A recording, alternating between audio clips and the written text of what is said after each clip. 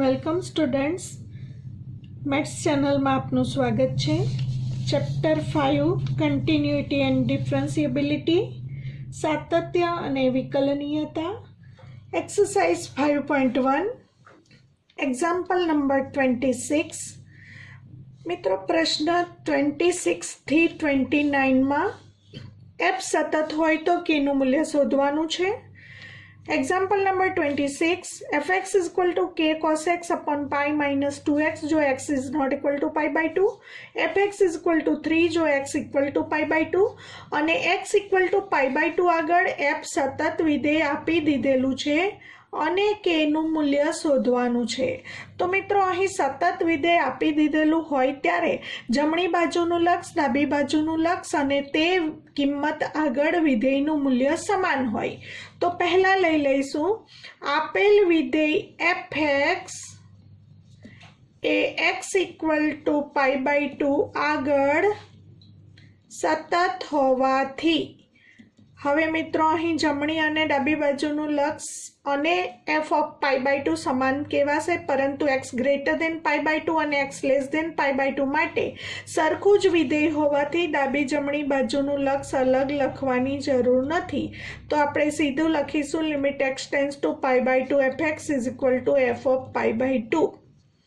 હવે limit x tends to pi by 2 આપેલ વિધેય fx k cos x upon pi minus 2x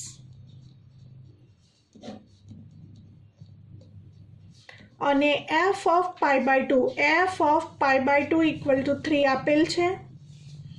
હવે મિત્રો, આપણે શીખી ગયા લક્ષ માટે પરિણામ સાઇન વિધેયનું છે આપણી પાસે. Limit x tends two 0 sin x upon x is equal to 1. એ જ પ્રમાણે limit x tends two 0 tan x upon x is equal to 1. તો મિત્રો, અહીં cos વિધેયનું રૂપાંતર સાઇન વિધેયમાં કરીએ તો આપણને મળશે limit x tends to pi by 2 k into કોસનું રૂપાંતર સાઇનમાં કરવા માટે cos x is equal to sin pi by 2 minus x લખીએ અને છેદમાં પણ pi by 2 minus x લાવવા માટે છેદમાંથી 2 સામાન્ય લઈએ. 2 સામાન્ય લેતા છેદને 2 વડે ભાગીને કૌંસમાં લખાશે pi by 2 minus 2x upon x એટલે x equal to 3, જેનું કારણ આપીશું આ પ્રમાણે. પરિણામનો ઉપયોગ કરવો છે આપણે. હવે k અચળ છે અને 2 પણ અચળ છે, તો લિમિટની બહાર લખીશું sin pi by 2 minus x upon pi by 2 minus x. k by 2 અચળ હોવાથી બહાર લખ્યા. તો હવે મિત્રો, તમે જોઈ શકો છો sin x upon x, sin x upon x જેવું પરિણામ આવ્યું. લિમિટ આપણી હોવી જોઈએ x ટેન્ડ્સ ટુ 0, એટલે કે લિમિટ હોવી જોઈએ pi by 2 minus x tends two 0. તો અહીં આપણે pi by 2 ને આ તરફ લઈએ તો x minus pi by 2 tends to 0 મળે. બંને બાજુ ચિહ્ન બદલતા આપણને pi by 2 minus x tends two 0 મળશે. તો હવે મિત્રો, બિલકુલ આ પ્રમાણિત સ્વરૂપ આવી ગયું. માટે આ વિધેયનું લક્ષ 1 થશે અને ઇક્વલ ટુ 3 આપેલ છે. માટે k by 2 ઇન્ટુ આ વિધેયનું લક્ષ 1 ઇક્વલ ટુ 3. આના ઉપરથી આપણને k ની વેલ્યુ 6 મળે છે, k equal to 6. Example number 27, fx is equal to kx square જો x less than or equal to 2 હોય તો, અને fx is equal to 3 જો x greater than 2 હોય તો, અને વિધેય fx એ x equal to 2 આગળ સતત આપેલ છે. તો ફરી પાછું લખીશું fx એ x equal to 2 આગળ સતત હોવાથી. મિત્રો, અહીં x greater than 2 માટે અલગ વિધેય છે, x less than 2 માટે પણ અલગ વિધેય છે. માટે અહીં લખીશું જમણી બાજુનું લક્ષ, એટલે કે limit x tends to 2 plus fx equal to ડાબી બાજુનું લક્ષ, એટલે કે limit x tends to 2 minus fx is equal to f of 2 લખાશે. હવે limit x tends to 2 plus x greater than 2 માટે fx આપ્યું છે 3 માટે અહીં fx equal to 3, x less than 2 આવશે. અહીં x લેસ ધેન 2 માટે વિધેય આપ્યું છે kx સ્ક્વેર અને f ઓફ 2, તો મિત્રો અહીં equal to 2 f of 2 equal to k into 2 square.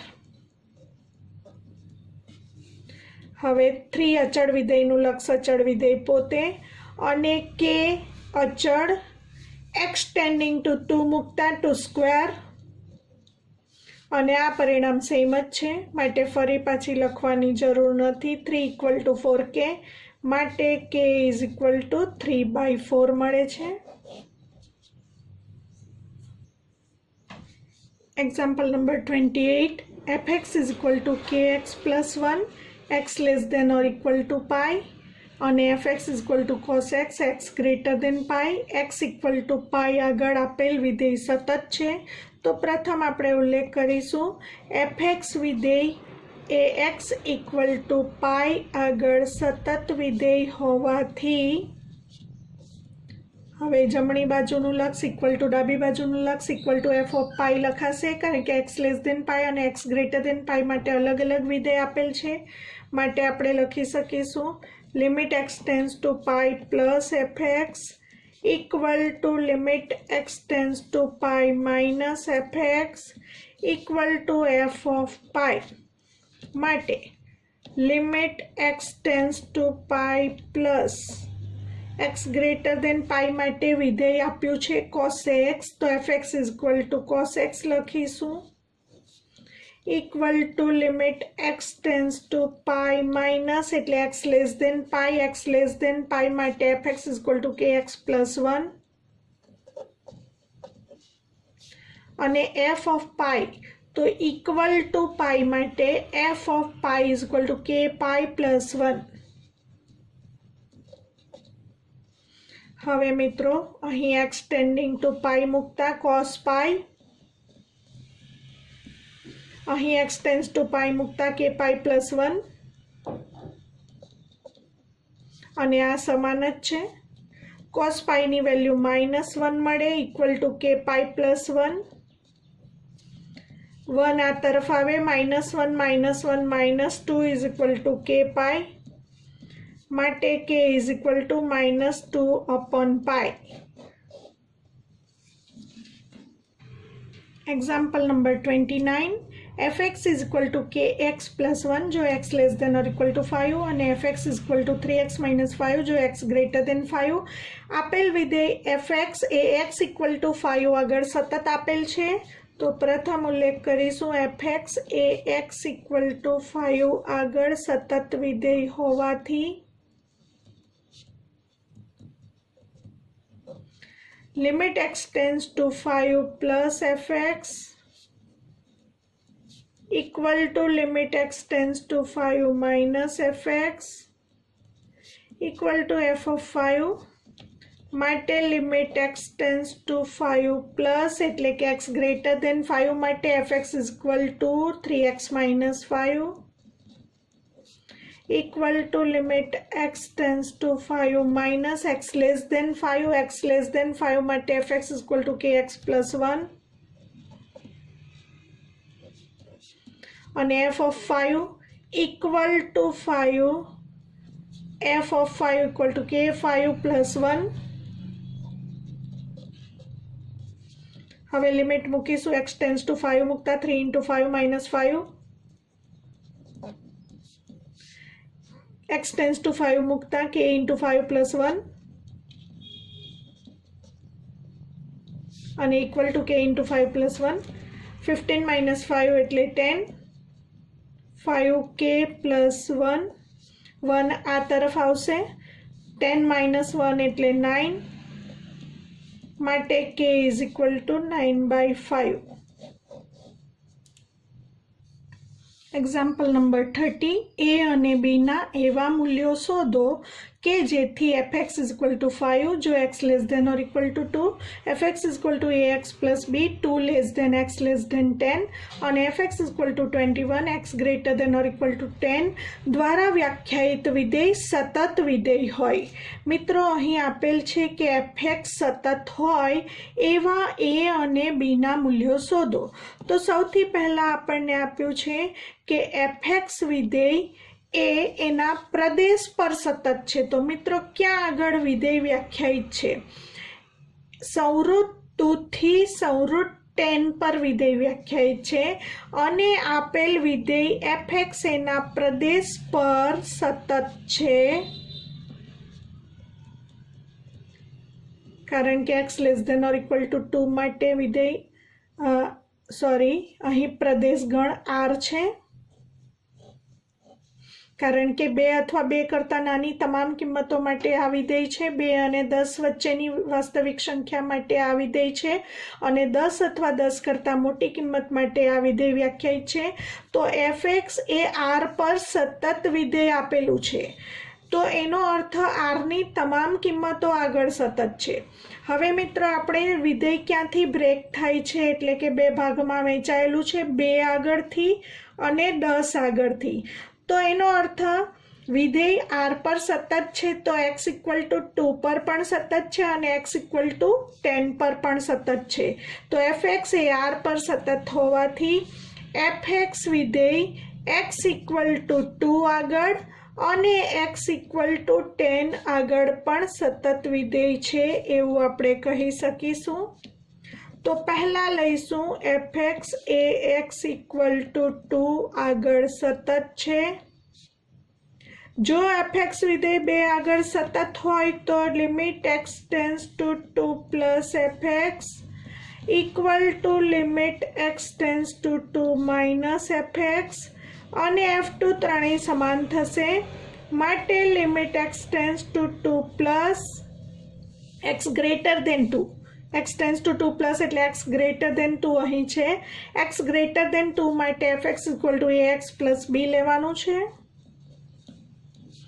Equal to limit x tends to 2 minus એટલે કે x less than 2 x less than 2 માટે વિધેય fx ઇક્વલ ટુ 5 લેવાનું છે અને f of 2 equal to 2 f of 2 equal to પણ ફરી પાછું 5 છે। હવે આપણે આમાં લિમિટ મૂકીશું x ટેન્સ ટુ 2 મૂકતા 2a plus b equal to 5 પરિણામ 1 કહીશું।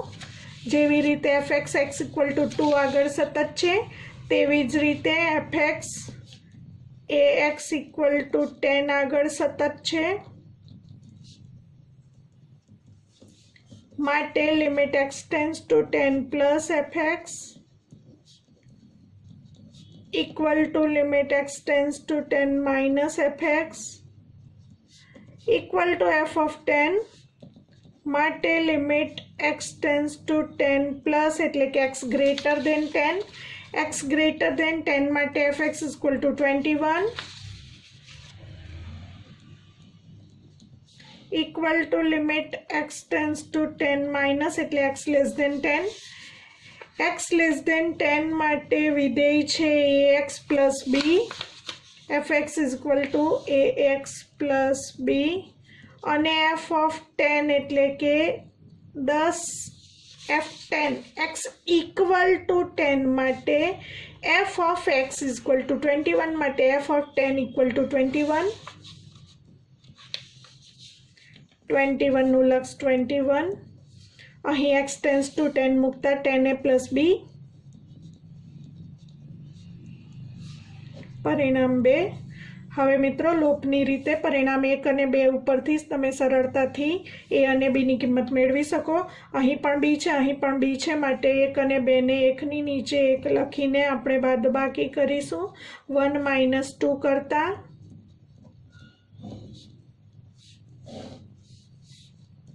ચિહ્ન બદલીશું 2a minus 10a minus 8a b cancel થશે 5 માઇનસ 21 માઇનસ 16 માટે a ઇઝ ઇક્વલ ટુ આપણને 2 મળે છે।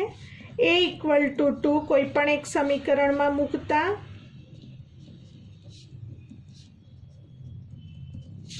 a ઇક્વલ ટુ 2 મૂકી દઈશું. 2 × 2 plus b is equal to 5 માટે b is equal to 5 minus 4 is equal two 1. તો આપણને a અને b ના મૂલ્યો મળે છે અનુક્રમે 2 અને 1. Example number 31. સાબિત કરો કે cos x² એ r પર સતત વિધેય છે. અહીં મિત્રો cos આને આપણે થીટા કહીશું તો cos થીટા વિધેય છે અને cos થીટાનો પ્રદેશગણ r છે. તો સ્પષ્ટ છે કે domain of f is equal to r. હવે આ x² એ થીટા તરીકે છે માટે અહીં બે વિધેયોનું સંયોજિત વિધેય છે. મિત્રો યાદ કરી લઈએ કન્સેપ્ટ. બે વિધેયોનું સંયોજન છે. તો સૌથી પહેલાં અહીં કયા બે વિધેયો સંકળાયેલા છે? પહેલું વિધેય x² છે અને અહીં x વાંચીએ તો બીજું વિધેય cos x વિધેય છે. તો આપણે ધારી લઈશું, ધારો કે એક વિધેય hx is equal to x² ધારીશું, અહીં થીટા તરીકે જે આપેલ છે તે, તથા gx બીજું વિધેય લઈશું અને x વાંચો તો cos x વિધેય છે. એ બેનું સંયોજિત વિધેય અહીં આપણને આપેલ છે. હવે આપણે અહીં બેનું સંયોજિત વિધેય મેળવીશું. g0 h ઓફ x મેળવીશું ઇક્વલ ટુ આપણે શીખી ગયા g ઓફ hx લખાશે equal to g of hx વિધેય છે x². g વિધેયમાં જ્યાં x છે ત્યાં x² મૂકવાનું. g વિધેયમાં x ની જગ્યાએ x² મૂકીશું તો cos x² આવશે. એટલે કે આપણને આપ્યું છે cos x² વિધેય એ આ બે વિધેયોનું સંયોજિત વિધેય છે. તો મિત્રો આપણે બતાવીશું આ વિધેય પણ r પર સતત, આ વિધેય પણ r પર સતત. તો આપે બંને વિધેયોનું સંયોજિત વિધેય પણ r પર સતત સાબિત થશે. હવે hx વિધેય r પર સતત વિધેય બતાવવા માટે ડોમેન ઓફ h આ બહુપદીય વિધેય છે અને એનો પ્રદેશગણ r છે. ડોમેન ઓફ h પણ r છે અને બીજું વિધેય છે gx is equal to cos x અને cos from r to r માટે આ વિધેય માટે પણ domain of g is equal to r છે. હવે કોઈક c r પ્રદેશમાંથી લઈશું અને limit x tends to c hx મેળવીશું. Limit x tends to c hx is equal to x² અને અહીં x ટેન્સ ટુ c મૂકતા c² મળશે. h ઓફ c મેળવીશું. h of c equal to પણ c². બંને સમાન છે માટે આપણે કહી શકીશું limit x tends to c hx is equal two hc હોવાથી આપેલ વિધેય hx is equal to x² A r પર સતત વિધેય છે. તથા આ તરફ જે બીજું વિધેય છે cos x વિધેય એ મિત્રો હવે સાબિત નહીં કરીશું. એક્ઝામ્પલ નંબર 21 માં આપણે સાબિત કર્યું કે cos વિધેય પણ r પર સતત છે. તો માટે અહીં સીધું લખાણ લખી દઉં છું, તમારે સાબિતી આપવાની. gx is equal to cos x એ પણ r પર સતત વિધેય છે. હવે મિત્રો hx પણ r પર સતત છે એટલે કે hx is equal to x² r પર સતત છે. gx is equal to cos x પણ r પર સતત છે માટે બંનેનું સંયોજિત વિધેય g0 h ઓફ x પણ r પર સતત છે એવું આપણે લખાણ લખીશું. માટે hx is equal to x² A r પર સતત છે તથા gx is equal to cos x પણ r પર સતત હોવાથી બંનેનું સંયોજિત વિધેય g0 h of x equal to cos x² એ પણ r પર સતત વિધેય છે એવું સાબિત થયું. Example number 32. સાબિત કરો કે fx equal to mod cos x એ આર પર સતત વિધેય છે। હવે મિત્રો મોડ કોસ એક્સ છે તો કોસ એક્સ વિધેયનો પ્રદેશગણ આર છે, માટે સ્પષ્ટ છે કે domain of f is equal to R. અહીં પણ બે વિધેયોનું સંયોજિત વિધેય છે। મિત્રો કયા કયા વિધેયો છે એ જોઈ લઈએ। પહેલું તો કોસ એક્સ વિધેય છે અને કોસ એક્સને આપણે એક્સ વાંચીએ તો બીજું મોડ એક્સ વિધેય છે। એ બેનું સંયોજિત વિધેય મોડ કોસ એક્સ અહીં આપેલ છે, તો અહીં આપણે ધારી લઈશું, ધારો કે પહેલું વિધેય h x is equal to અંદરનું વિધેય કોસ એક્સ અને બીજું વિધેય g x is equal to mod x વિધેય આપે। હવે આ બંને વિધેયો લેતા બંનેનું સંયોજિત વિધેય G not H of x બરાબર જી ઓફ એચ એક્સ બરાબર જી ઓફ એચ એક્સ વિધેય, એચ એક્સ વિધેય કોસ એક્સ, આમાં H x equal to cos x મૂકતા હવે જી વિધેયમાં જ્યાં પણ એક્સ છે ત્યાં કોસ એક્સ મૂકવાનું છે, જી વિધેયમાં એક્સની જગ્યાએ કોસ એક્સ મૂકવાનું છે, એટલે કે મોડ કોસ એક્સ। તો આ મોડ કોસ એક્સ વિધેય એ એચ અને જીનું સંયોજિત વિધેય છે, એટલે કે જી નોટ એચ વિધેય મળે છે। હવે આપણે બતાવીશું એચ પણ આર પર સતત છે, જી પણ આર પર સતત છે, માટે સાબિત થશે બંનેનું સંયોજિત વિધેય G not H is equal to mod cos x પણ આર પર સતત વિધેય સાબિત થશે। તો સૌથી પહેલાં તો અહીં અલગ અલગ વિકલ્પો લઈશું। પહેલાં તો ડોમેન ઓફ જી અને ડોમેન ઓફ એચનું લખાણ લખીશું। H x is equal to આપણને આપ્યું છે કોસ એક્સ અને g x is equal to આપણે લીધેલ છે mod x. Domain of h is equal to R અને સેમ એજ પ્રમાણે domain of g is equal to પણ આર। અહીં એક્સ બિલોંગ્સ ટુ આર, અહીં cos x belongs to R. હવે આપણે કોઈક કિંમત પ્રદેશમાંથી ધારી લઈશું। પહેલાં જી વિધેય માટે માન વિધેય માટે લઈએ અથવા તો એચ વિધેય માટે લઈએ તો પણ ચાલે। એચ વિધેય માટે તો સીધું જ લખાણ લખીશું, કારણ કે આપણે આગળ એક્ઝામ્પલ નંબર 21માં સાબિત કર્યું છે કે કોસ વિધેય આર પર સતત છે। કોઈક સી બિલોંગ્સ ટુ આર માટે તો હવે અહીં સાબિતી ન આપતા હું એચ માટે સીધું લખાણ લખું છું। H x is equal to cos x એ પ્રત્યેક એક્સ બિલોંગ્સ ટુ આર પર સતત વિધેય છે। સાબિતી અગાઉ આપણે આપેલ છે, માત્ર જી વિધેય માટે સાબિતી આપીશું। G x is equal to mod x, domain of g is equal to R. હવે પ્રદેશ ગણમાંથી કોઈક સી કિંમત લઈ લઈશું। કોઈક C belongs to R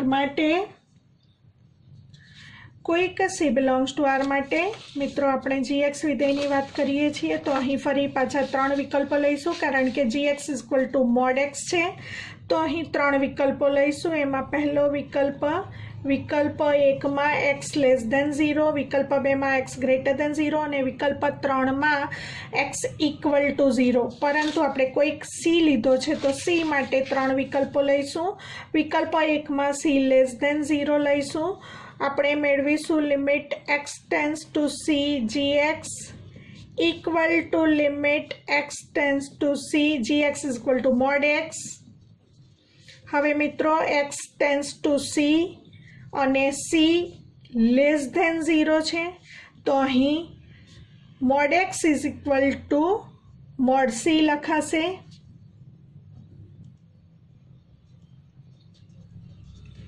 mode x is equal to સીધી લિમિટ મૂકીશું, mod x is equal to mod C. અહીં સી લેસ દેન 0નો મતલબ x less than 0, x less than 0 માટે મોડ વિધેયની વ્યાખ્યાનો ઉપયોગ કરીશું। Mod x is equal to minus x મૂકીશું, limit x tends to C mod x is equal to minus x, કારણ આપીશું C less than 0 implies x less than 0 અને મિત્રો એક્સ લેસ દેન 0 હોય ત્યારે mod x is equal to minus x મળે, માટે mod x is equal to minus x મૂક્યા પછી લિમિટ મૂકવાની છે, સીધી લિમિટ નહીં ચાલે। તો અહીં એક્સ ટેન્સ ટુ સી મૂકીશું એટલે માઇનસ સી આવશે। હવે આપણે એફ ઓફ સી મેળવીશું. F of c is equal to g of c. G of c is equal to mod c, અને અહીં mod c equal to mod of minus c લખી શકાય, કારણ કે આ માઇનસ સીને પણ તમે મોડમાં લખી શકો, તો મોડ ઓફ માઇનસ સી લખાશે. અહીંયા બંધ કર, સોરી મિત્રો. તો અહીં mode of minus C is equal to mod C કહી શકાય. તો આ બંને સમાન છે, આ પણ મોડ સી, આ પણ મોડ સી. માટે આપણે કહી શકીશું limit x tends to C G x is equal to g c હોવાથી આપેલ વિધેય જી એક્સ એ પ્રત્યેક સી લેસ દેન 0 એટલે કે એક્સ લેસ દેન 0 પર સતત વિધેય છે. પહેલા વિકલ્પમાં સતત બતાવ્યું. વિકલ્પ નંબર 2 લઈશું. વિકલ્પ 2માં સી ઇક્વલ ટુ 0 લઈશું. આપણે બતાવીશું મિત્રો, આપણને ખબર છે કે સી ઇક્વલ ટુ 0 એટલે કે 0 માટે એક્સ લેસ દેન 0 અને એક્સ ગ્રેટર દેન 0 માટે માન વિધેય બે ભાગમાં વહેંચાયેલું હોવાથી જમણી અને ડાબી બાજુનું લક્ષ અલગ અલગ મેળવીશું. Limit x tends to 0 plus G x is equal to limit x tends to 0 plus G x is equal to mod x, અને mod x is equal to x લખાશે, કારણ કે એક્સ ટેન્સ ટુ 0 પ્લસ એટલે x greater than 0. X greater than 0 હોય તો mod x is equal to x. તો આ લખાણ આ રીતે કારણ આપી દેવાનું. હવે એક્સ ટેન્સ ટુ 0 મૂકતા શૂન્ય મળશે. ડાબી બાજુનું લક્ષ મેળવીશું limit x tends to 0 minus g x equal to limit x tends to 0 minus mod x equal to limit x tends to 0 minus એટલે એક્સ લેસ દેન 0 હોય ત્યારે mod x is equal to minus x થશે. કારણ આપીશું x tending to 0 minus implies x less than 0 implies mod x is equal to minus x. હવે ફરી પાછી અહીં લિમિટ મૂકતા 0 મળશે, અને મિત્રો G of 0 is equal to mod 0 is equal to 0. આ ત્રણેયના મૂલ્યો સમાન મળે છે, માટે આપણે લખીશું limit x tends to 0 plus G x is equal to limit x tends to 0 minus g x is equal to g of 0 હોવાથી g x એ એક્સ ઇક્વલ ટુ 0 પર સતત વિધેય છે. ત્રીજા વિકલ્પમાં લઈશું. વિકલ્પ 3 લઈશું. સી ગ્રેટર દેન 0 હોય ત્યારે limit x tends to C G x equal to limit x tends to C mod x equal to, હવે મિત્રો એક્સ સી ગ્રેટર દેન 0 નો મતલબ એક્સ ગ્રેટર દેન 0 હોય ત્યારે mod x is equal to x લઈશું. કારણ આપીશું c greater than 0 implies x greater than 0, માટે mod x is equal to x, અને એક્સ ટેન્સ ટુ સી મૂકીશું. હવે મેળવીશું જી ઓફ સી એટલે કે મોડ ઓફ સી. તો મિત્રો C equal to mod C તમે લખી શકો, અને આ પણ મોડ સી, બંને સમાન છે, માટે આપણે કહી શકીશું limit x tends to C G x is equal to g c હોવાથી આપેલ વિધેય જી એક્સ એ પ્રત્યેક સી ગ્રેટર દેન 0 એટલે કે એક્સ ગ્રેટર દેન 0 પર સતત છે. હવે મિત્રો ત્રણેય વિકલ્પો તમે જોઈ શકો છો. આપણે બતાવ્યું એક્સ લેસ દેન 0 પર સતત છે, એક્સ ઇક્વલ ટુ 0 પર પણ સતત છે, અને એક્સ ગ્રેટર દેન 0 પર સતત છે, માટે G x is equal to mod x એ પ્રત્યેક એક્સ બિલોંગ્સ ટુ આર પર સતત વિધેય છે. મિત્રો G x is equal to mod x પણ આર પર સતત છે, અને H x is equal to cos x પણ આર પર સતત છે, માટે બંનેનું સંયોજિત વિધેય G not H of x is equal to mod cos x પણ આર પર સતત છે. તો લખાણ આ રીતે લખીશું G x is equal to mod x તથા H x is equal to cos x બંને વિધેયો આર પર સતત હોવાથી બંનેનું સંયોજિત વિધેય g not h of x is equal to mod cos x પણ r પર સતત થશે. Example number 33. Sine mod x વિધેયના સાતત્યનું પરીક્ષણ કરો. મિત્રો, સાઇન મોડ એક્સનો વિસ્તાર એટલે કે સાઇન વિધેયનો પ્રદેશ આર છે, માટે domain of f is equal to R. હવે ધારી લઈશું અહીં બે વિધેયોનું સંયોજિત વિધેય આપેલ છે. પહેલું વિધેય છે મોડ એક્સ. પહેલું વિધેય અહીં મોડ એક્સ પણ છે અને બીજું વિધેય સાઇન એક્સ વિધેય છે, અને એક્સ વાંચીએ તો સાઇન એક્સ વિધેય છે. બંનેનું સંયોજિત વિધેય આપેલ છે. તો ધારો કે gx is equal to sine x વિધેય, બહારનું વિધેય લખીશું સાઇન એક્સ, તથા બીજું વિધેય hx અંદરનું વિધેય લખીશું. તો અહીં સાઇન એક્સ મોડ એક્સ મળશે. આ બે વિધેયોનું સંયોજિત વિધેય અહીં સાઇન મોડ એક્સ આપેલું છે, તો એ જોઈ લઈએ. g not h of x મેળવીશું equal to g of hx equal to g of hx is equal to mod x. g વિધેયમાં જ્યાં પણ x છે ત્યાં મોડ એક્સ લખવાનું છે. g વિધેયમાં xની જગ્યાએ મોડ એક્સ લખતા આપણને સાઇન મોડ એક્સ મળે છે. તો આપણે બતાવવું છે સાઇન મોડ એક્સ એટલે કે g નોટ h વિધેય સતત બતાવવું છે અથવા તો સાતત્યનું પરીક્ષણ કરવાનું છે. તો g not h of x is equal to sine mod એક્સનું પરીક્ષણ કરવા માટે g વિધેય અને h વિધેય જોઈ લઈએ. હવે gx વિધેય સાઇન એક્સ વિધેય છે અને સાઇન વિધેય આપણે આગળ 21માં એક્ઝામ્પલમાં સાબિત કર્યું કે સાઇન વિધેય r પર સતત છે. અને hx is equal to mod x વિધેય આગળના 32માં એક્ઝામ્પલમાં આપણે સાબિત કર્યું કે hx is equal to mod x પણ r પર સતત છે, માટે બંનેનું સંયોજિત વિધેય સાઇન મોડ એક્સ r પર સતત વિધેય થશે. તો અહીં આપણે સાબિતી નહીં લખીશું, તમારે લખવાની છે આગળના એક્ઝામ્પલમાંથી. gx is equal to sine x એ 21માં એક્ઝામ્પલ પ્રમાણે r પર સતત વિધેય છે. આખું લખાણ લખવાનું આની સાબિતી. એ જ પ્રમાણે hx is equal to mod x એ 32માં એક્ઝામ્પલ પ્રમાણે r પર સતત વિધેય છે, માટે આ બંનેનું સંયોજિત વિધેય g not h of x equal to sine mod x પણ r પર સતત વિધેય છે. માટે આપણે કહી શકીશું સાઇન મોડ એક્સ એ સતત છે અથવા તો સતત વિધેય છે.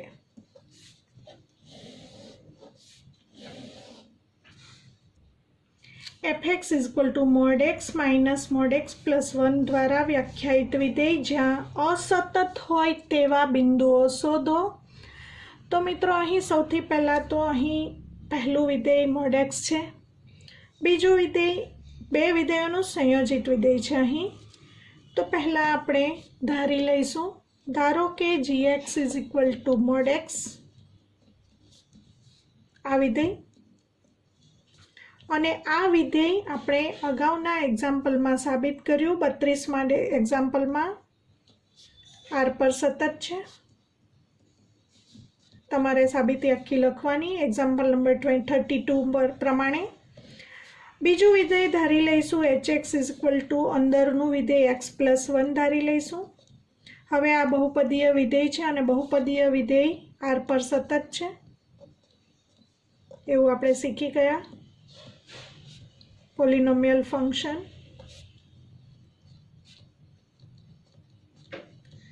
હવે મોડ એક્સ પ્લસ 1ની વાત કરવાની છે. તો આ બેનું સંયોજિત વિધેય છે g not h of x equal to g of hx equal to g of hx વિધેય લખીશું x પ્લસ 1. g વિધેયમાં જ્યાં x છે ત્યાં x પ્લસ 1 મૂકવાનું છે. जी विधेयमां અહીં एक्सની જગ્યાએ x+1 મૂકતા mod x+1 એટલે કે આપણને આ વિધેય મળ્યું। હવે આ વિધેય r પર સતત છે, આ વિધેય પણ r પર સતત છે, માટે બંનેનું સંયોજિત વિધેય g0h of x equal to mod x+1 પણ r પર સતત છે।